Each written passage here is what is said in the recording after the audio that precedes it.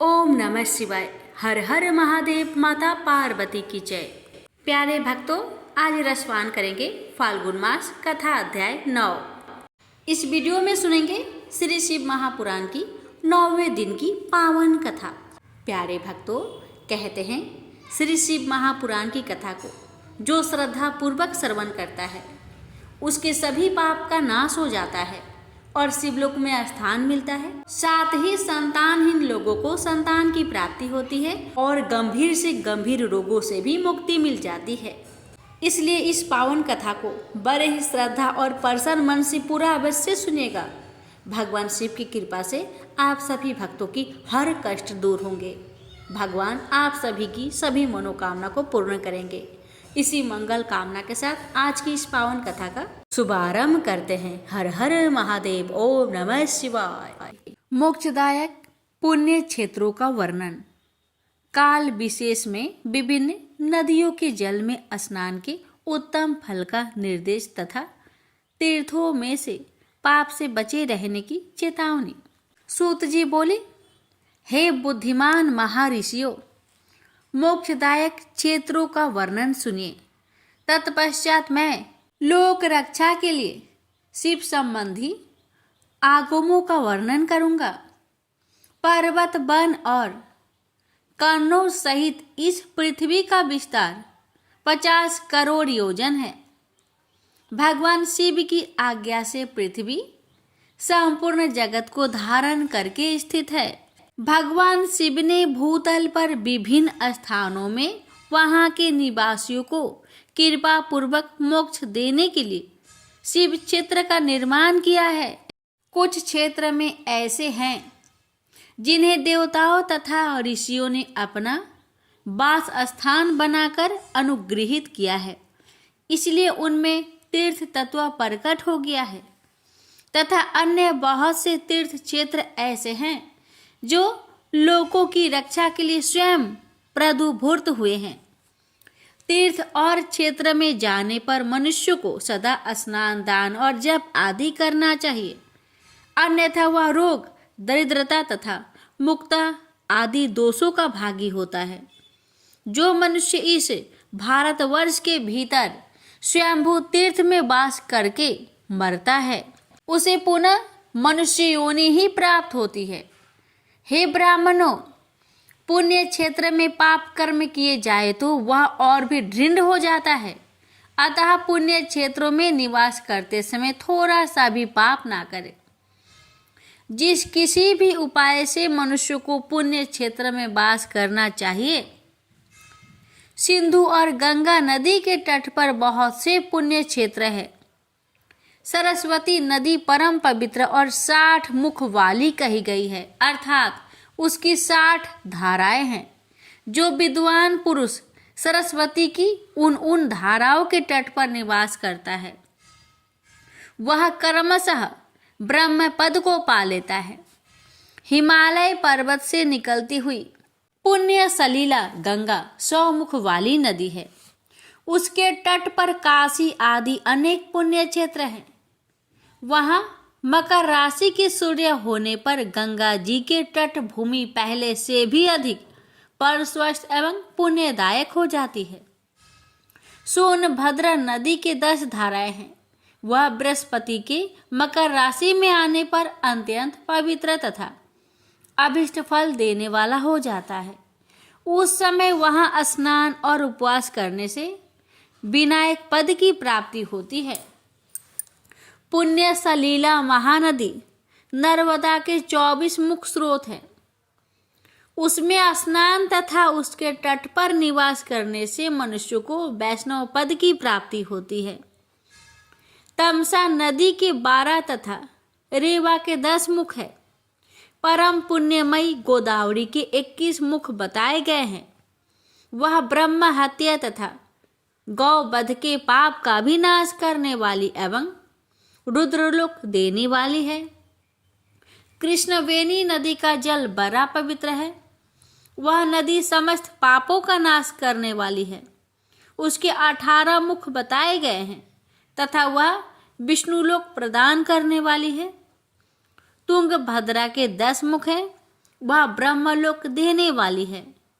पुण्य सलीला सुवर्ण मुखरी के 9 मुख कहे गए हैं। ब्रह्मलोक से लौटे हुए जीव उसी के तट पर जन्म लेते हैं। सरस्वती, पंपा, कन्यापुरी तथा शुभ कारक श्वेत नदी ये सभी पुण्य क्षेत्र हैं। इनके तट पर निवास करने से इंद्रलोक की प्राप्ति होती है। स्वः पर्वत से निकली हुई महानदी कावेरी परम पुण्यमयी है। उसके 27 मुख बताए गए हैं। वह संपूर्ण अभिष्ट वस्तुओं को देने वाली है। उसके तट स्वर्ग लोक की प्राप्ति कराने वाले तथा ब्रह्मा और विष्णु का पद देने वाले हैं। कावेरी के जो तट शिव क्षेत्र के अंतर्गत है, वे अभिष्ट फल देने के साथ ही शिवलोक प्रदान करने वाली भी है। नैमिषारण्य तथा बद्रिका आश्रम में सूर्य और बृहस्पति के मेष राशि में आने पर यदि स्नान करे तो उस समय वहां किए हुए स्नान पूजन आदि को ब्रह्मलोक की प्राप्ति कराने वाला जानना चाहिए। सिंह और कर्क राशि में सूर्य की संक्रांति होने पर सिंधु नदी में किया हुआ स्नान तथा केदार तीर्थ का जल पान एवं स्नान ज्ञानदायक माना गया है। जब बृहस्पति सिंह राशि में स्थित हो उस समय सिंह की संक्रांति से युक्त भाद्रपद मास में यदि गोदावरी के जल में स्नान किया जाए तो वह शिवलोक की प्राप्ति कराने वाला होता है। ऐसा पूर्व काल में स्वयं भगवान शिव ने कहा था। जब सूर्य और बृहस्पति कन्या राशि में स्थित हो तब यमुना और सोनभद्र में स्नान करे। वह स्नान धर्मराज तथा गणेश जी के लोक में महान भोग प्रदान कराने वाला होता है। यह महर्षियों की मान्यता है। जब सूर्य और बृहस्पति तुला राशि में स्थित हो उस समय कावेरी नदी में स्नान करे। वह स्नान भगवान विष्णु के वचन की महिमा से संपूर्ण अभिष्ट वस्तुओं को देने वाला माना गया है। जब सूर्य और बृहस्पति वृश्चिक राशि पर आ जाए तब मार्गशीर्ष महीने में नर्मदा में स्नान करने से विष्णु लोक की प्राप्ति होती है। सूर्य और बृहस्पति धनु राशि में स्थित होने पर स्वर्णमुखी नदी में स्नान किया हुआ स्नान शिवलोक प्रदान कराने वाला है। यह ब्रह्मा जी का वचन है। जब सूर्य और बृहस्पति मकर राशि में स्थित हो उस समय माघ मास में गंगा जी के जल में स्नान करना चाहिए। ब्रह्मा जी का कथन है कि वह स्नान शिवलोक की प्राप्ति कराने वाला होता है। शिवलोक के पश्चात ब्रह्मा और विष्णु स्थानों में सुख भोगकर अंत में मनुष्य को ज्ञान की प्राप्ति हो जाती है। माघ मास में तथा सूर्य के कुंभ राशि में स्थित होने पर फाल्गुन मास में गंगा जी के तट पर किया हुआ श्राद्ध, पिंडदान अथवा तिलोदक दान पिता और नाना दोनों कुल के पितरों की अनेक पीढ़ियों का उद्धार करने वाला माना गया है। सूर्य और बृहस्पति जब मीन राशि में स्थित हो तब कृष्ण बेनी नदी में किए गए स्नान की ऋषियों ने प्रशंसा की है। उन महीनों में पूर्वोक्त तीर्थ में किया हुआ स्नान इंद्र पद की प्राप्ति कराने वाला होता है। विद्वान पुरुष गंगा अथवा कावेरी नदी का आश्रय लेकर तीर्थवास करे।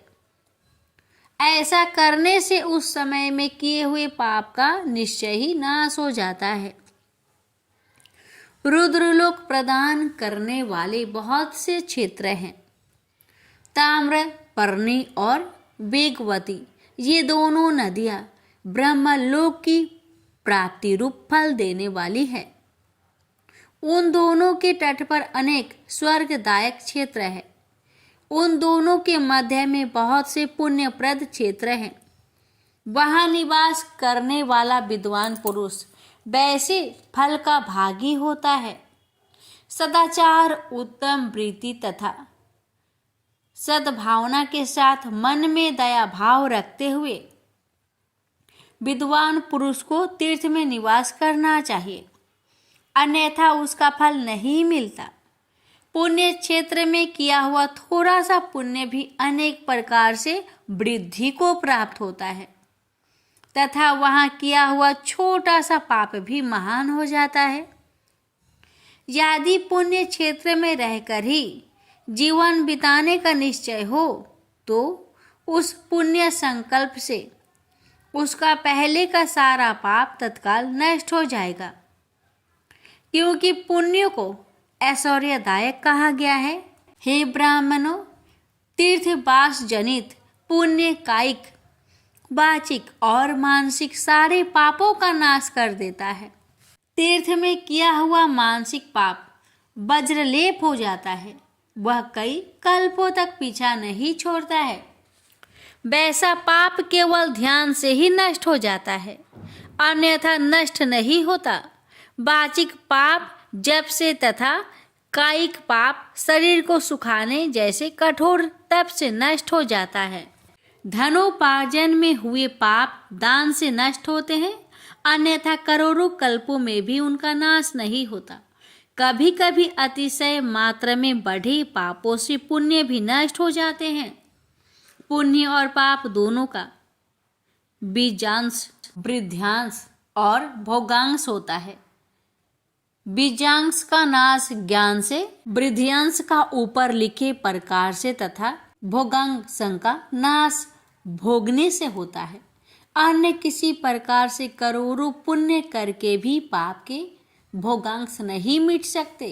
पाप बीज के अंकुरित हो जाने पर उसका अंश नष्ट होने पर भी शेष पाप भोगना ही पड़ता है। देवताओं की पूजा, ब्राह्मणों को दान तथा अधिक तप करने से समय पाकर पाप भोग मनुष्य के सहने योग्य हो जाते हैं। इसलिए सुख चाहने वाले व्यक्ति को पापों से बचकर ही तीर्थवास करना चाहिए। ऋषिगण बोले, हे सुत जी, अब आप शीघ्र ही हमें वह सदाचार सुनाइए जिससे विद्वान पुरुष पुण्य को लेकर विजय प्राप्त कर लेता है। स्वर्ग प्रदान करने वाले धर्ममयी आचारों तथा नरक का कष्ट देने वाले अधर्ममयी आचारों का भी वर्णन कीजिए। सूत जी बोले, हे ऋषियों, सदाचार का पालन करने वाला विद्वान ब्राह्मण ही वास्तव में ब्राह्मण नाम धारण करने का अधिकारी है। जो केवल वेदोक्त आचार का पालन करने वाला है उस ब्राह्मण की बड़ी संज्ञा होती है। सदाचार, वेदाचार तथा विद्या, इनमें से एक एक गुण से ही युक्त होने पर उसे द्विज कहते हैं। जिसमें स्वकल्प मात्र से ही आचार का पालन देखा जाता है, जिसने वेदाध्ययन भी बहुत कम किया है तथा जो राज का सेवक, पुरोहित, मंत्री आदि है, उसे क्षत्रिय ब्राह्मण कहते हैं। जो ब्राह्मण कृषि तथा वाणिज्य कर्म करने वाला है और कुछ कुछ ब्राह्मणोचित आकार का भी पालन करता है, वह वैश्य ब्राह्मण है। तथा जो स्वयं ही खेत जोतता है, हल चलाता है, उसे शूद्र ब्राह्मण कहा गया है। जो दूसरों के दोष देखने वाला और परद्रोही है, उसे चांडाल द्विज कहते हैं। इसी तरह क्षत्रियों में भी जो पृथ्वी का पालन करता है वह राजा है। दूसरे लोग राजतत्वहीन क्षत्रिय माने गए हैं। वैश्यों में भी जो धान्य आदि वस्तुओं का क्रय विक्रिया करता है वह वैश्य है। दूसरों को वाणिक कहते हैं। जो ब्राह्मणों, क्षत्रियों तथा वैश्यों की सेवा में लगा रहता है वह क्षुद्र कहलाता है। जो क्षुद्र हल जोतने का काम करता है उसे वृषल समझना चाहिए। शेष क्षुद्र दस्यु कहलाते हैं। इन सभी वर्णों के मनुष्यों को चाहिए कि वे उस काल में उठकर पूर्वाभिमुख हो। सबसे पहले देवताओं का, फिर धर्म का, पुण्य अर्थ का, तदंतर उसकी प्राप्ति के लिए उठाए जाने वाले कलेशों का तथा आय और व्यय का भी चिंतन करें। प्रातः काल उठकर पूर्व, अग्निकोण, दक्षिण आदि 8 दिशाओं की ओर मुख करके बैठने पर क्रमशः आयु, देश, मरण, पाप, भाग्य, व्याधि, पुष्टि और शक्ति प्राप्त होती है। रात के पिछले पहर को उसह काल जानना चाहिए। उस अंतिम पहर का जो आधा या मध्य भाग है उसे संधि कहते हैं। उस संधि काल में उठकर द्विज को मल मूत्र आदि का त्याग करना चाहिए।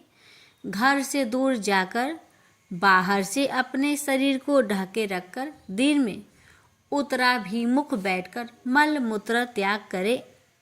यदि उत्तराभिमुख बैठने में कोई रुकावट हो तो दूसरी दिशा की ओर मुख करके बैठे। जल, अग्नि, ब्राह्मण आदि तथा देवताओं का सामना बचाकर बैठे। बाएं हाथ से उपस्थल को ढककर तथा दाहिने हाथ से मुख को ढककर मल त्याग करे और उठने पर उस मल को न देखे। तदंतर जलाशय से बाहर निकले हुए जल से ही गुदा की शुद्धि करे अथवा देवताओं, पितरों तथा ऋषियों के तीर्थों में उतरे बिना ही प्राप्त हुए जल से शुद्धि करनी चाहिए। गुदा में 7, 5 या 3 बार मिट्टी से उसे धोकर शुद्ध करे। लिंग में ककोरे के फल के बराबर मिट्टी लेकर लगाए और उसे धो ले, परंतु गुदा में लगाने के लिए 1 पसर मिट्टी की आवश्यकता होती है। लिंग और गुदा की शुद्धि के पश्चात उठकर अन्यत्र जाए और हाथ पैर की शुद्धि करके 8 बार कुल्ला करे। जिस किसी वृक्ष के पत्ते से अथवा उसके पतले कष्ट से जल के बाहर दातुन करना चाहिए, उस समय तर्जनी अंगुली का उपयोग न करे। यह दंत शुद्धि का विधान बताया गया है। तदंतर जल संबंधी देवताओं को नमस्कार करके मंत्र पाठ करते हुए स्नान करें। यदि कंठक या कमर तक पानी में खड़े होने की शक्ति ना हो तो घुटने तक जल में खड़ा होकर अपने ऊपर जल छिड़ककर मंत्रों उच्चारण पूर्वक स्नान कार्य संपन्न करे। विद्वान पुरुष को चाहिए कि वहाँ तीर्थ जल से देवता आदि का स्नान तर्पण भी करे। इसके बाद द्वैत वस्त्र लेकर 5 कच्छ करके उसे धारण करे। साथ ही कोई उत्तरीय भी धारण कर ले, क्योंकि संध्या, बंदन आदि सभी कर्मों में उसकी आवश्यकता होती है। नदी आदि तीर्थ में स्नान करने पर स्नान संबंधी उतारे हुए वस्त्र को वहाँ न धोए। स्नान के पश्चात विद्वान पुरुष उस वस्त्रों को बावरी में, कुएं के पास अथवा घर आदि में ले जाए और वहाँ पत्थर पर, लकड़ी आदि पर, जल में या स्थल में अच्छी तरह धोकर उस वस्त्र को निचोड़े। हे द्विजों, वस्त्रों को निचोड़ने से जो जल गिरता है वह पितरों की तृप्ति के लिए होता है। इसके बाद जावाली उपनिषदों में बताए गए मंत्रों से भस्म लेकर उसके द्वारा त्रिपुंड लगाए। इस विधि का पालन न किया जाए, इसके पूर्व ही यदि जल में भस्म गिर जाए तो कर्ता नरक में जाता है। आपो ही ष्ठ, इस मंत्र से पाप शांति के लिए सिर पर जल छिड़के तथा यस्य क्षयाय, इस मंत्र को पढ़कर पैर पर जल छिड़के, इसे संधि प्रोक्षण कहते हैं।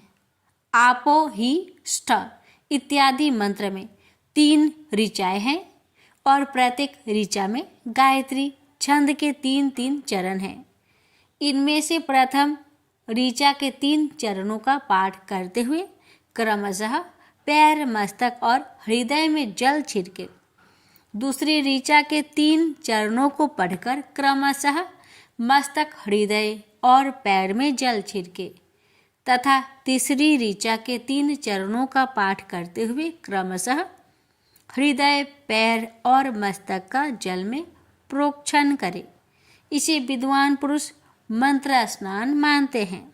किसी अपवित्र वस्तु से किंचित स्पर्श हो जाने पर, अपना स्वास्थ्य ठीक न रहने पर, राजभय या राष्ट्र भय उपस्थित होने पर तथा यात्रा काल में जल की उपलब्धि न होने की व्यवस्था आ जाने पर मंत्र स्नान करना चाहिए। प्रातःकाल सूर्यानुवाक से तथा सायंकाल अग्नि संबंधी अनुवाक से जल का आचमन करके पुनः जल से अपने अंगों का प्रोक्षण करे। मध्याह्न काल में भी आपः पुनतु इस मंत्र से आचमन करके पूर्वक प्रोक्षण करना चाहिए। प्रातः काल की संध्या उपासना में गायत्री मंत्र का जप करके 3 बार ऊपरी की ओर सूर्य देव को अर्घ्य देना चाहिए। हे ब्राह्मणों, मध्य काल में गायत्री मंत्र के उच्चारण पूर्वक सूर्य को एक ही अर्घ्य देना चाहिए। फिर सायंकाल आने पर पश्चिम की ओर मुख करके बैठ जाए और पृथ्वी पर ही सूर्य के लिए अर्घ्य दे, ऊपर की ओर नहीं। प्रातः काल और मध्य काल के समय अंजलि में अर्घ्य जल लेकर अंगुलियों की ओर से सूर्य देव के लिए अर्घ्य दे। अंगुलियों के छिद्र से ढलते हुए सूर्य को देखे तथा उनके लिए आत्म प्रदक्षिणा करके शुद्ध आचमन करे। सायंकाल में सूर्य अस्त से 2 घड़ी पहले ही की हुई संध्या निष्फल होती है, क्योंकि वह सायं संध्या का समय नहीं है। ठीक समय पर संध्या करनी चाहिए, ऐसी शास्त्र की आज्ञा है। यदि संध्या उपासना किए बिना दिन बीत जाए तो प्रत्येक समय के लिए क्रमशः प्रायश्चित करना चाहिए। यदि एक दिन बीते तो प्रत्येक बीते हुए संध्या काल के लिए नित्य नियम के अतिरिक्त 100 गायत्री मंत्र का अधिक जप करे। यदि नित्य कर्म के लुप्त हुए 10 दिन से अधिक बीत जाए तो उसके प्रायश्चित रूप में 1 लाख गायत्री का जप करना चाहिए। यदि 1 मास तक नित्य कर्म छूट जाए तो पुनः अपना उपनयन संस्कार कराए। अर्थ सिद्धि के लिए इस गौरी, कार्तिकेय, विष्णु, ब्रह्मा, चंद्रमा और यम का तथा ऐसे ही अन्य देवताओं का भी शुद्ध जल से तर्पण करे। तत्पश्चात तर्पण कर्म को ब्रह्मार्पण करके शुद्ध आचमन करे। तीर्थ के दक्षिण भाग में, परषष्ठ मठ में, मंत्रालय में, देवालय में, घर में अथवा अन्य किसी नियत स्थान में आसन पर स्थिरता पूर्वक बैठकर विद्वान पुरुष अपनी बुद्धि को स्थिर करे और संपूर्ण देवताओं को नमस्कार करके पहले प्रणव का जप करने के पश्चात गायत्री मंत्र की आवृत्ति करे। प्रणव के अ, ओ, म इन तीनों अक्षरों से जीव और ब्रह्म की एकता का प्रतिपादन होता है। इस बात को जानकर प्रणव का जप करना चाहिए। जप काल में यह भावना करनी चाहिए कि हम तीनों लोकों की सृष्टि करने वाले ब्रह्मा, पालन करने वाले विष्णु तथा संहार करने वाले रुद्र की जो स्वयं प्रकाश चिंतमयी है उपासना करते हैं। यह ब्रह्म स्वरूप ओमकार हमारी कर्म इंद्रियों और ज्ञान इंद्रियों की वृत्तियों को, मन की वृत्तियों को तथा बुद्धि वृत्तियों को सदा भोग और मोक्ष प्रदान करने वाले धर्म एवं ज्ञान की ओर प्रेरित करे। बुद्धि के द्वारा प्रणव के इस अर्थ का चिंतन करता हुआ जो इसका जाप करता है वह निश्चय ही ब्रह्म को प्राप्त कर लेता है। अथवा अर्थानुसाधन के बिना भी प्रणव का नित्य जप करना चाहिए। इससे ब्राह्मण तत्व की पूर्ति होती है। ब्राह्मण तत्व की पूर्ति के लिए श्रेष्ठ ब्राह्मण को प्रतिदिन प्रातः काल 1000 गायत्री मंत्र का जप करना चाहिए। मध्य काल में 100 बार और सायंकाल में 28 बार जप की विधि है। अन्य वर्ण के लोगों को अर्थात क्षत्रिय और वैश्य को तीनों संध्याओं के समय यथासाध्य गायत्री जप करना चाहिए। शरीर के भीतर मूलाधार, स्वाधिष्ठान, मणिपुर, अनाहत, आज्ञा और सहस्त्रसार ये 6 चक्र हैं। इनमें मूलाधार से लेकर सहस्त्र तक 6 स्थानों में क्रमशः विशेश्वर ब्रह्मा, विष्णु, ईश्वर, जीवात्मा और परमेश्वर स्थित है। इन सब में ब्रह्म बुद्धि करके इनकी एकाग्रता का निश्चय करे और वह ब्रह्म मैं हूँ ऐसी भावना से युक्त होकर जप करे। उन्हीं विधेश्वर आदि की ब्रह्म रंध्र आदि में तथा इस शरीर से बाहर भी भावना करें। महातत्व से लेकर पंचभूत प्रयत्न तत्व से बना हुआ जो शरीर है, ऐसे सहस्त्रों शरीरों का एक एक अजपा गायत्री के जप से एक के क्रमशः अतिक्रमण करके जीवों को धीरे धीरे परमात्मा से संयुक्त करे। यह जप का तत्व बताया गया है। 100 अथवा 28 मंत्र के जप से उतने ही शरीरों का अतिक्रमण होता है। इस प्रकार जो मंत्रों का जप है, इसी को आदि क्रम से वास्तविक जप जानना चाहिए। 1000 बार किया हुआ जप ब्रह्मलोक प्रदान करने वाला है, ऐसा जानना चाहिए। 100 बार किया हुआ जप इंद्र पद की प्राप्ति कराने वाला माना गया है। ब्रह्म नेतर पुरुष आत्मरक्षक के लिए जो स्वकल्प मात्रा में जप करता है, वह ब्राह्मण के कुल में जन्म लेता है। इस प्रकार प्रतिदिन सूर्योपास्थान करके उपयुक्त रूप से जप का अनुष्ठान करना चाहिए। 12 लाख गायत्री का जप करने वाला पुरुष पूर्ण रूप से ब्राह्मण कहा गया है। जिस ब्राह्मण ने 1 लाख गायत्री का भी जप न किया हो, उसे वैदिक कार्य में न लगाए। 70 वर्ष की अवस्था तक नियम पालन पूर्वक कार्य करे। इसके बाद गृह त्याग कर संन्यास ले ले। परिवाचक या सन्यासी पुरुष नित्य प्रातःकाल 12,000 प्रणव का जप करे।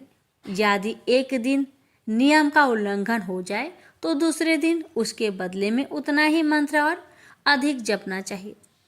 इस प्रकार जप को चलाने का प्रयत्न करना चाहिए।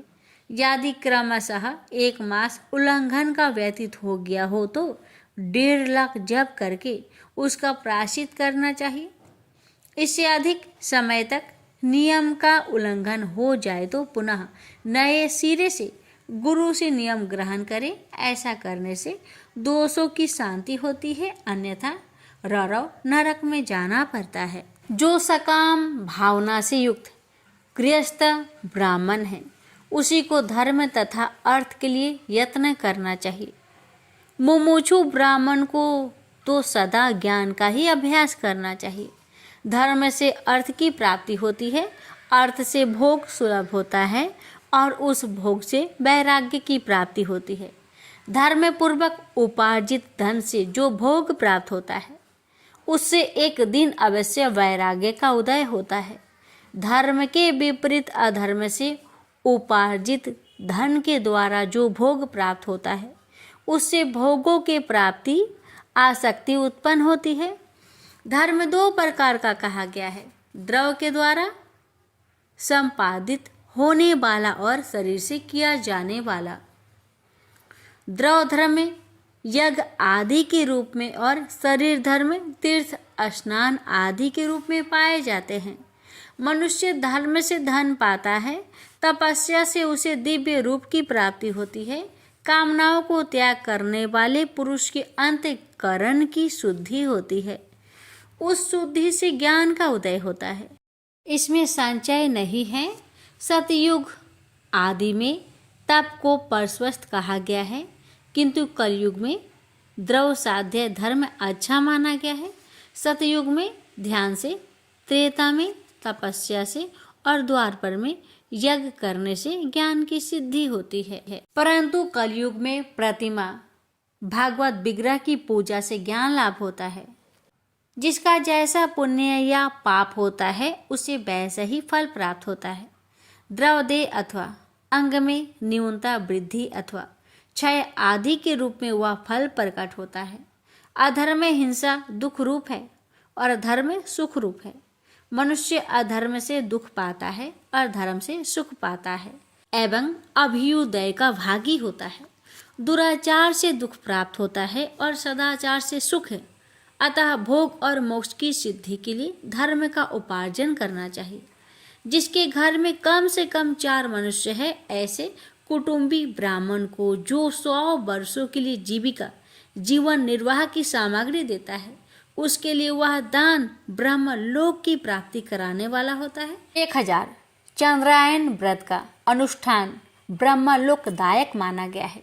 जो क्षत्रिय 1000 कुटुंबों को जीविका और आवास देता है, उसका वह कर्म इंद्र लोक की प्राप्ति कराने वाला होता है। और 10,000 कुटुंबों को दिया हुआ आश्रयदान ब्रह्मलोक प्रदान करता है। दाता पुरुष जिस देवता के उद्देश्य से दान करता है, अर्थात वह दान के द्वारा जिस देवता को प्रसन्न करना चाहता है, उसी का लोक उसे प्राप्त होता है। ऐसे वेद वेता पुरुष कहते हैं, धनहीन पुरुष सदा तपस्या का उपार्जन करे, क्योंकि तपस्या और तीर्थ सेवन से अक्षय सुख पाकर मनुष्य उसका उपभोग करता है। अब मैं न्यूनतः धन के उपार्जन की विधि बता रहा हूँ। ब्राह्मण को चाहिए कि वह सदा सावधान रहकर विशुद्ध प्रतिग्रह, दान ग्रह तथा याजन यज्ञ कराने आदि से धन का अर्जन करे। वह इसके लिए कहीं दीनता न दिखाए और न अत्यंत कलेशदायक कर्म ही करे। क्षत्रिय बाहुबल से धन का उपार्जन करे और वैश्य कृषि एवं गोरक्षा से न्यायोपार्जित धन का दान करने से दाता को ज्ञान की सिद्धि होती है। ज्ञान सिद्धि द्वारा सब पुरुषों को गुरु कृपा से मोक्ष सिद्धि सुलभ होती है। मोक्ष से स्वरूप की सिद्धि, ब्रह्म रूप से स्थिति प्राप्त होती है, जिससे मुक्त पुरुष परमानंद का अनुभव करता है। हे द्विजो, मनुष्य को यह सब सत्संग से प्राप्त होता है। गृहस्थ तथा श्रमिकों को धन्य धान्य आदि सभी वस्तुओं का दान करना चाहिए।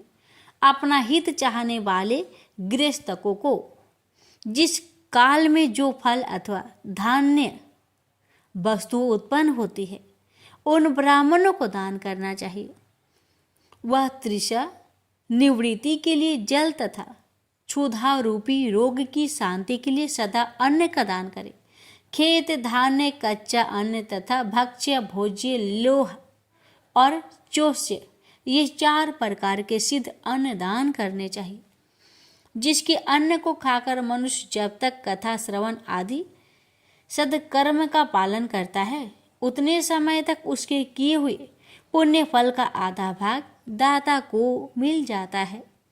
इसमें संचय नहीं है। दान लेने वाला पुरुष दान में प्राप्त हुई वस्तुओं का दान तथा तपस्या करके अपने प्रतिग्रहण जनित पाप की शुद्धि करे, अन्यथा उसे रौरव नरक में गिरना पड़ता है।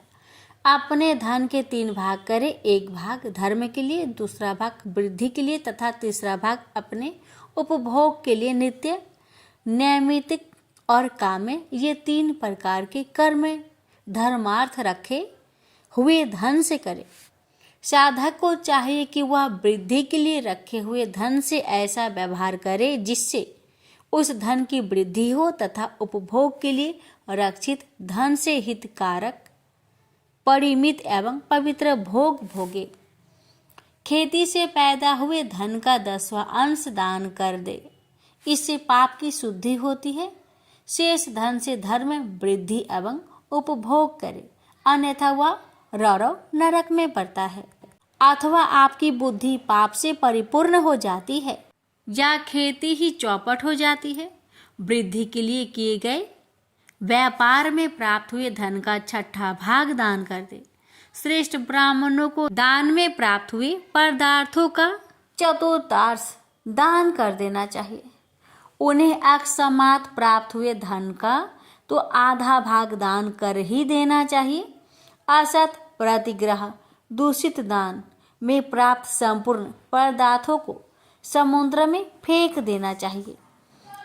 अपने भोग की समृद्धि के लिए ब्राह्मण को बुलाकर दान करना चाहिए। किसी के द्वारा याचना करने पर अपनी शक्ति के अनुसार सदैव ही सब कुछ देना चाहिए।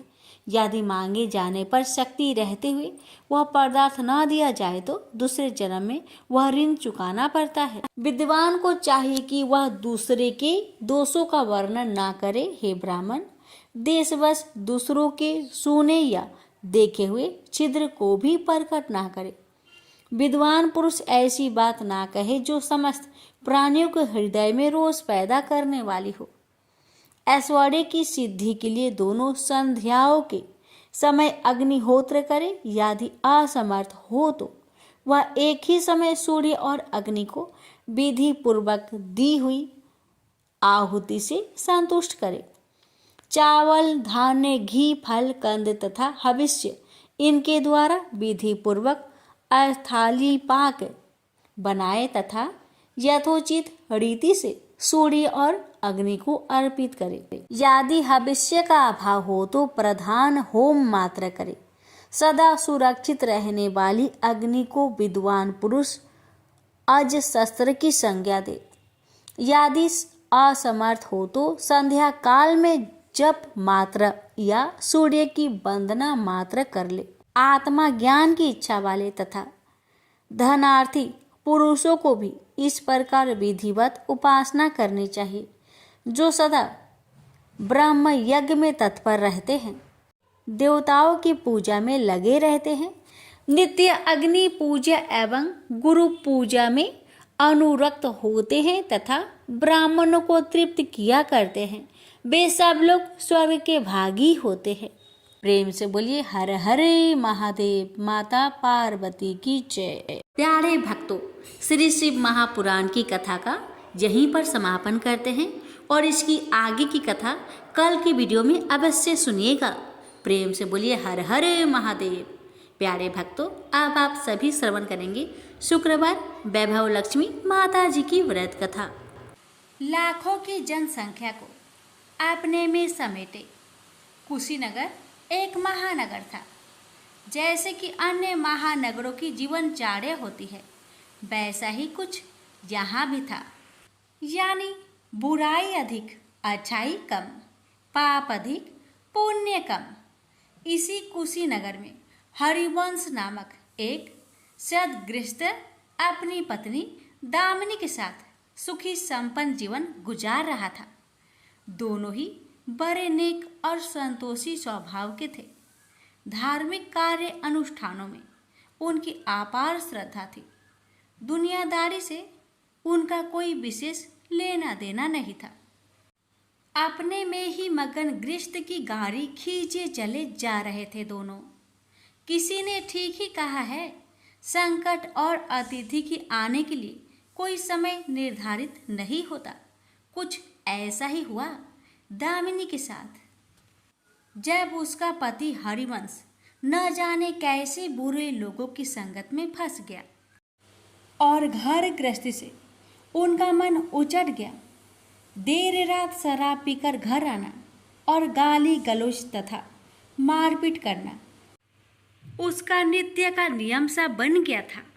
जुए, राटे, रेस तथा वैश्यागमन जैसे बुरे कर्म भी कुसंगति के बदौलत उसके पल्ले पड़ गए। धन कमाने की तीव्र लालसा ने हरिवंश की बुद्धि हर ली और उसको अच्छे बुरे का भी ज्ञान न रहा। घर में जो कुछ भी था सब उसके दुर्व्यसनों की भेंट चढ़ गया। जो लोग पहले उसका सम्मान करते थे अब उसे देखते ही रास्ता बदलने लगे। भूखमरी की हालत में भिखमंगों के समान उनकी स्थिति हो गई। लेकिन दामिनी बेहद संयमी और आस्थावान तथा संस्कारी स्त्री थी। ईश्वर पर उसे अटल विश्वास था। वह जानती थी कि यह सब कर्मों का फल है। दुख के बाद सुख तो एक दिन आना ही है।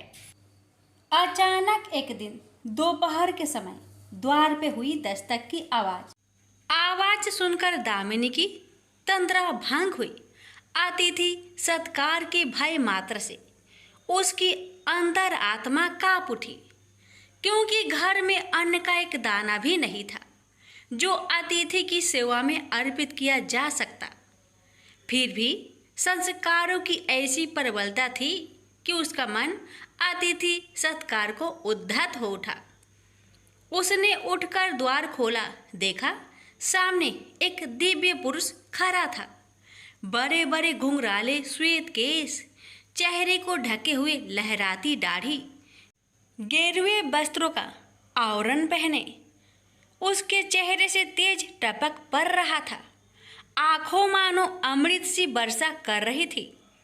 उस दिव्य पुरुष को देखकर दामिनी को अपार शांति का अनुभव हुआ और वह उसे देखते ही समझ गई कि आगत वास्तव में कोई पहुंचा हुआ सिद्ध महात्मा है। उसके मन में अतिथि के प्रति गहन श्रद्धा के भाव उमड़ पड़े और वह उसे सम्मान सहित घर के भीतर ले गई। दामिनी ने जब उसे फाटे हुए आसन पर बैठाया तो वह मारे लज्जा के जमीन में गिर सी गई। उधर वह संत पुरुष दामिनी की ओर एकटक निहारे जा रहा था। घर में जो कुछ भी बचा खुचा था दामिनी ने अतिथि की सेवा में अर्पित कर दिया, पर उसने इस पर कोई ध्यान नहीं दिया। बस दामिनी को यूं निहारे जा रहा था मानो उसे कुछ याद दिलाने की चेष्टा कर रहा हो। जब काफी देर तक दामिनी कुछ न बोली तो उसने कहा, बेटी मुझे पहचाना नहीं क्या? उसका यह प्रश्न सुनकर दामिनी जैसे सोते से जागी और अत्यंत संकुचाते हुए मधुर स्वर में बोली, महाराज मेरी धृष्टता को क्षमा करें। जो आप जैसे दिव्य पुरुष को मैं पहचान कर भी नहीं पहचान पा रही हूँ। पारिवारिक कष्टों ने तो जैसे मेरी सोचने समझने की शक्ति ही छीन ली है। लेकिन यह निश्चित है कि संकट की इस घड़ी में मुझे आप जैसे साधु पुरुष का ही सहारा है। तभी जैसे दामिनी को कुछ याद हो आया, वह उस साधु के चरणों में गिरकर बोल उठी, अब मैं आपको पहचान गई हूँ महाराज। स्नेहा रूपी अमृत की वर्षा करने वाले अपने शुभ चिंतक को कोई कैसे भूल सकता है भला? वास्तव में वह साधु मंदिर की राह के मध्य में बनी अपनी कुटिया के बाहर बट वृक्ष के नीचे बैठ साधना किया करता था और मंदिर आने जाने वाले सभी श्रद्धालु से प्रणाम करके स्वयं को कृतार्थ अनुभव करते थे। दामिनी भी उन्हीं में से एक थी। जब पिछले काफी दिनों से उसने उसे मंदिर की ओर आते जाते नहीं देखा तो उसकी कुशल क्षेम जानने के लिए पूछताछ करते हुए उसके घर की ओर आ निकला था। दामिनी अभी अपनी सोचों में ही डूबी हुई थी कि साधु महाराज ने मौन भंग किया। क्या कानन है पुत्री, तू आजकल मंदिर आती जाती दिखाई नहीं पड़ती। तुझे जो भी कष्ट है मुझे बता, शायद मैं तेरी कुछ सहायता कर सकूं।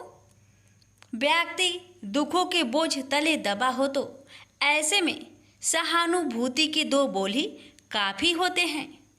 दामिनी भी खुद पर संयम नहीं रख पाई और बिलख कर रोने लगी। तभी वह साधु वात्सल्यपूर्ण स्वर में बोला, मन छोटा करने से समस्या हल नहीं होगी। सुख दुख तो एक गाड़ी की दो पहियों के समान है। इनका आना जाना तो जिंदगी भर लगा ही रहता है। अपना दुख किसी को बता देने से मन हल्का हो जाता है। कुछ देर चुप रहने के बाद दामिनी ने बोलना शुरू किया, महाराज सर्व सुखों से भरपूर था मेरा घर। कण कण में खुशियों का नित्य होता था। पति भी नेक और ईमानदार थे। सदा जीवन उच्च विचार की आधारशिला पर टिकी थी। हमारी गृहस्थी रुपए पैसे की भी कोई कमी नहीं थी। सुबह शाम घर में ईश्वर वंदना होती थी। लेकिन अचानक न जाने किसकी नज़र लग गई।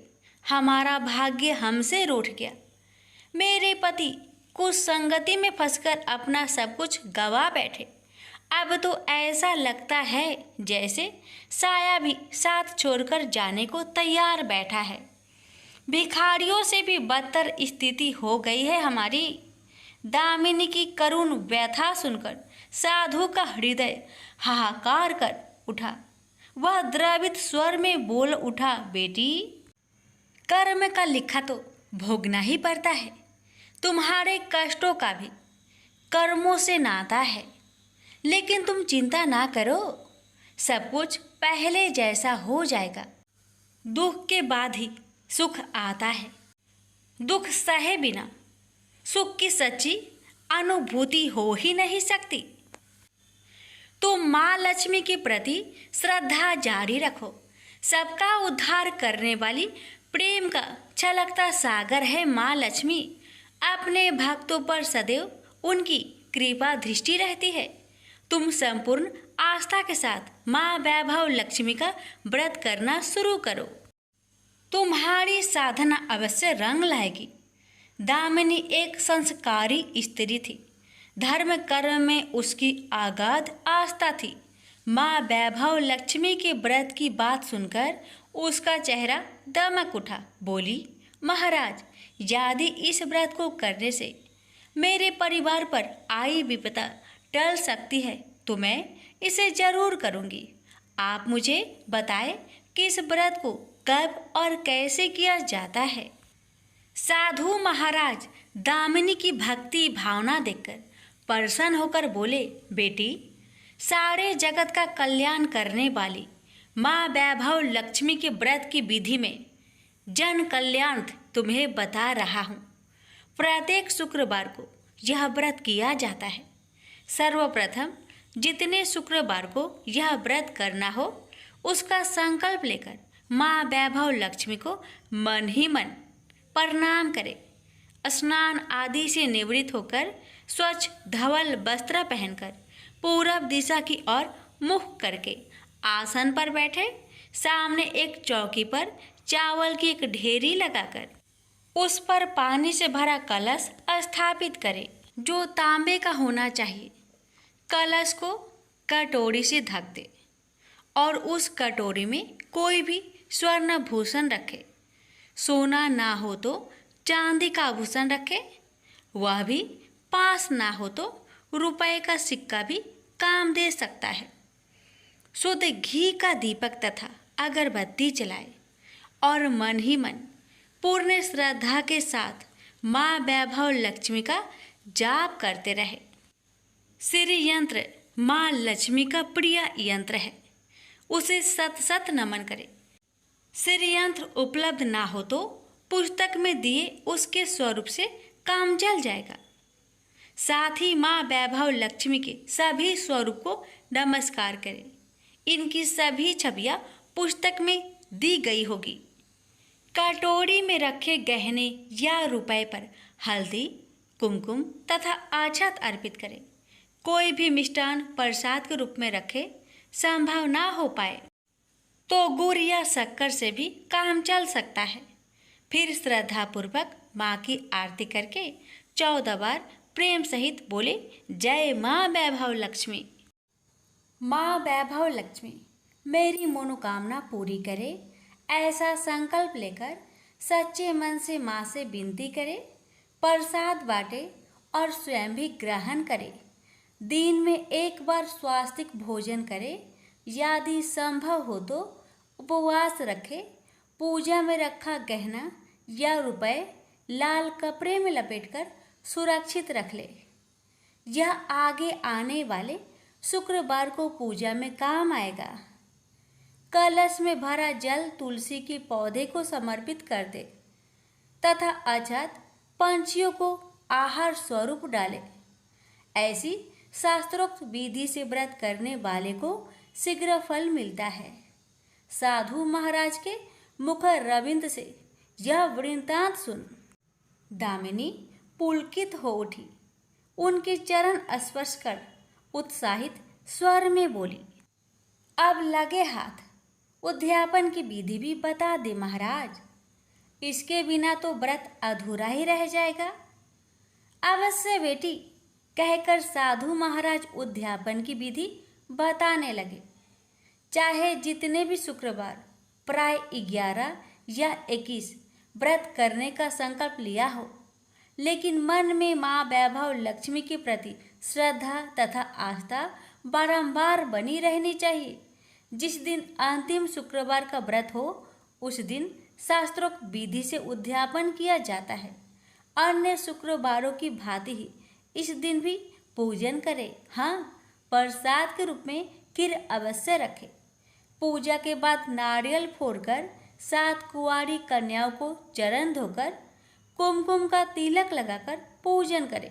उन्हें सामर्थ्य अनुसार दक्षिणा दें और माँ वैभव लक्ष्मी व्रत की पुस्तकें उपहार स्वरूप भेंट में दें।